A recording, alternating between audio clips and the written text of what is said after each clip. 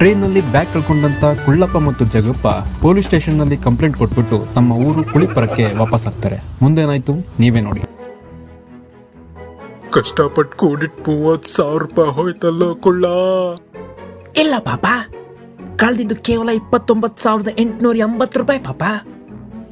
ಮೆಕ್ಕಿದ್ದೆಲ್ಲಾಯ್ತು ಪಾಪ ನಿನಗೆ ಗೊತ್ತಾಗ ನಂಗೆ 100 ರೂಪಾಯಿ ಎತ್ಕೊಂಡಿದ್ದೆ ಪಾಪ, ಸಿಟಿಲಿ ಗೋಬಿ ಪಾನಿಪುರಿ ತಿನ್ನಕ್ಕೆ. 100 ನೀ ಎತ್ಕೊಂಡೆ, ಇನ್ 20 ರೂಪಾಯಿ ಪಾಪ. ಒಂದು ಟೀಗೆ 10 ರೂಪಾಯಿ ಅಂದ್ರು, 2 ಟೀಗೆ 20 ರೂಪಾಯಿ ಆಯ್ತು ಪಾಪ. ದಡ್ಡಿ ಪಾಪ ಅವಳು, ದುಡ್ಡು ಇಸ್ಕೊಳ್ದೆ ಹಾಗೆ ಹೋಗ್ಬಿಟ್ಲು ಪಾಪ. ನಮಗೆ 20 ರೂಪಾಯಿ ಉಳಿತು ಪಾಪ. ನಿನ್ ತಲೆಲ್ಲೇನ್ ಗೋಬರ್ ಗ್ಯಾಸ್ ತುಂಬೈತೇನೋ ಮುಕ್ಕಳಪ್ಪ. ಪಾಪ ಹೊಡಿಬೇಡ ಪಾಪ, ನನ್ನ ಹತ್ರ ಒಂದು ಐಡಿಯಾ ಇದೆ ಪಾಪ. ತಿಂಗಳಿಗೆ 30,000 ರೂಪಾಯಿ ಉಳಿತು ಪಾಪ. ತಿಂಗ್ಳಿಗೆ 30,000ನಾ?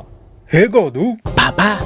ನನಗೆ ಮದುವೆ ಮಾಡಿಸು ಪಾಪ, 30,000 ರೂಪಾಯಿ ಉಳಿಯುತ್ತೆ ಪಾಪ ಅವಾಗ. ಅಯ್ಯೋ ನಿನ್ ತಲೆ ಹೊಟ್ಟೆ ಮಾತಿಗೆ ನನ್ನ ಕೂಡ ಸಿಕ್ಕಾಕ್ಲಿ. ಯಾರೋ ಹೇಳ್ಕೊಟ್ರು ನಿನಗಿದೆಲ್ಲ? ಪಾಪ ನಮ್ ಜಾರ್ಜ್ ಅಂಕಲ್ ಹೇಳ್ಕೊಟ್ಟಿದ್ದು. ಅವತ್ತು ಅವ್ರು ವಿಡಿಯೋ ಕಾಲ್ ಮಾಡಿದ್ರಲ್ಲ, ಅದ್ರಲ್ಲಿ ಏನ್ ಹೇಳಿದ್ರು ಗೊತ್ತಾ?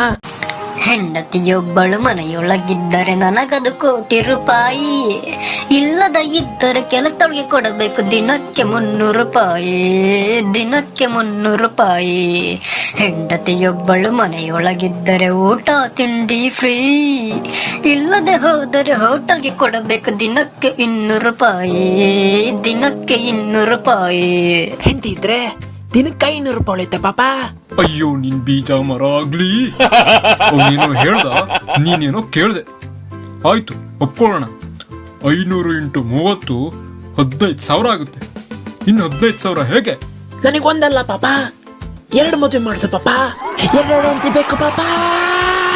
Housewives are not jobless, just they are not paid.